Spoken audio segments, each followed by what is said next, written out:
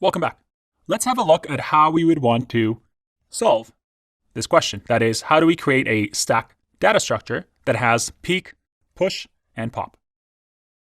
Now, peek should be fairly easy, right? We just want to see the very top item on the stack. So I can just say peek is going to return this dot top. That's it, nice and simple. So that if we run my stack dot peek, it's going to return null because, well, there's nothing in our stack. This dot top is null. That is empty. Let's go to the interesting one. That is push. How do we add things to the stack? Well, the very first thing we want to do is to create a new node. And like I said, we can create a new object here if we want, or we can just use the node class that I provided for you here. We can use the class by saying new node, which instantiates the class and gives it the value that we're going to push with. Next, we want to check if this is the very first item, because if the stack is empty and this is the very first item, well, top and bottom are both going to point to the same node. So in that case, we can check for if this dot length is equal to 0. In that case, we can just say this dot top is going to equal the new node. And also this dot bottom is going to equal the new node. Otherwise, we have to do something a little bit different. But not that different because we've seen it in the linked list example. We just have to change some pointers around. In our case, we want to say const holding pointer to the very top node, because whatever on top now is going to get replaced by whatever we're going to add to it. So we're going to hold the reference to what was top originally. And then we're going to say that this dot top is now going to equal the new node. And this dot top dot next, which is now the new node, is going to point to what was top beforehand, but now is below it. So we just say holding pointer, so that is the old top, is now going to be right after our new node. And then finally, we do the this dot length plus plus to increment the length by 1. And then finally, we want to return, let's just return this, which will return us the linked list. Let's see if that worked. I'm going to say peek first. Well, there's nothing here. But if I want to push to my stack, I'm going to say push, and we'll push Google first because we're visiting Google first. And if I run this, I get a data structure that has top, that has the node value of Google.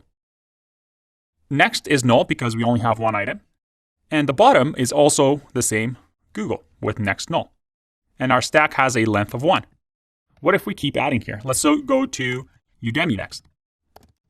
If I click run, I now have a length of 2 stack that has top node as Udemy and bottom node as Google. Because remember, with a stack, we stack plates on top. That is, Udemy came in last, so Udemy is on top. Remember LIFO, last in, first out. Let's add one more. Let's say that we next visit our Discord community. So let's say push Discord, and I click run, and there you go. We have our Discord community at the top. At the bottom is node. And just to make sure that our peek is working, if I do peek, we should get Discord because it was the last in and the very top of our stack. Very nice. I hope you got that. Let's continue with pop. That is to remove whatever's on the top of the stack. Well, let's first check to make sure that there is an item, because if there isn't and we just have null, well, we just return null. So in this case, we can just say if this dot top, if it doesn't exist, in that case, we'll just return null. Then next, we can just do our const holding pointer to this dot top. So what is currently at the top, which is Discord. And we'll say that this dot top is no longer what it currently is because we want to remove it. It's going to equal this dot top dot next, which is underneath Discord. And then finally, we say this dot length minus minus because we want to decrease the length by 1. And then finally, we can say return this.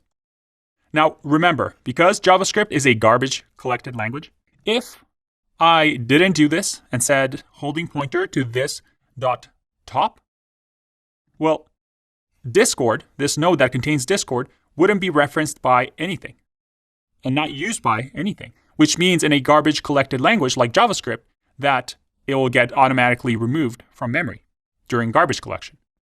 So if I run this, well, I haven't done anything yet, but right now for pop, let's just return the holding pointer. If I click run, or let's first do my stack.pop to remove Discord from the list. If I click run, I get back the Discord node, which is the holding pointer, in case we still want to have access to it. Otherwise, if we just want it to disappear and we don't need it anymore, we can just return this. We can even comment out the holding pointer.